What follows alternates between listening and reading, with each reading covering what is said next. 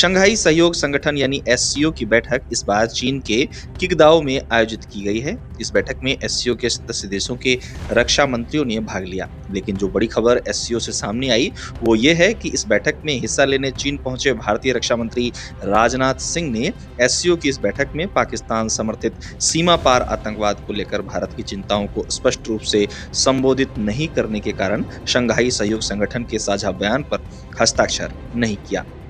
आपको बता दें कि रक्षा मंत्री राजनाथ सिंह ने एक बार फिर से पाकिस्तान को दुनिया के सामने बेनकाब किया।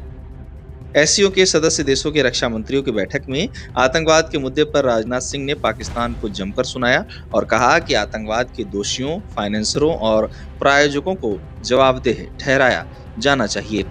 आतंकवाद पर कड़ा रुख अपनाते हुए भारतीय रक्षा मंत्री राजनाथ सिंह ने बैठक के दौरान आतंकवाद को लेकर दोहरा रवैया न अपनाए जाने की बात कही। सिंह ने कहा कि एससीओ में शामिल देशों को एकजुटता के साथ इस खतरे की निंदा करनी चाहिए। एससीओ की बैठक के दौरान भारतीय रक्षा मंत्री ने आतंकवाद और उसके प्रमोटरों को कड़ा जवाब देते हुए भारतीय सेना द्वारा आतंकवाद के खिलाफ चलाए गए ऑपरेशन सिंदूर का जिक्र किया और कहा कि भारत ने आतंकवाद से बचाव और सीमा पार से होने वाले हमलों को रोकने के अपने अधिकार के तहत पहलगाम में हुए आतंकी हमले के जवाब में ऑपरेशन सिंदूर शुरू किया। पहलगाम आतंकी हमलों का जिक्र करते हुए सिंह ने कहा कि पहलगाम आतंकी हमलों में धार्मिक पहचान के आधार पर पीड़ितों को गोली मार दी गई।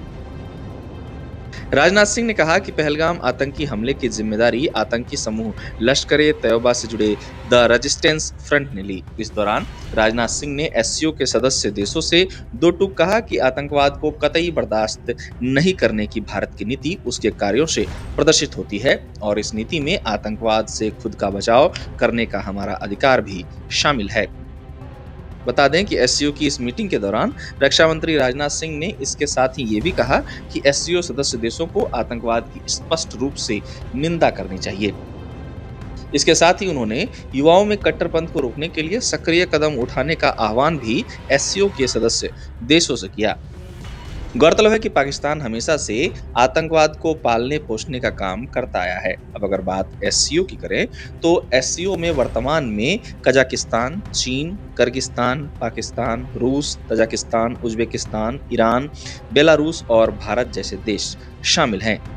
इस मंच के उद्देश्य की बात करें तो इसके उद्देश्य में एससीओ में शामिल देशों के बीच सुरक्षा, राजनीति और आर्थिक सहयोग को बढ़ाना शामिल है। साथ ही एससीओ आतंकवाद, उग्रवाद, साइबर क्राइम तथा ड्रग तस्करी जैसे मुद्दों से निपटने के लिए साझा रणनीति बनाने का काम करता है।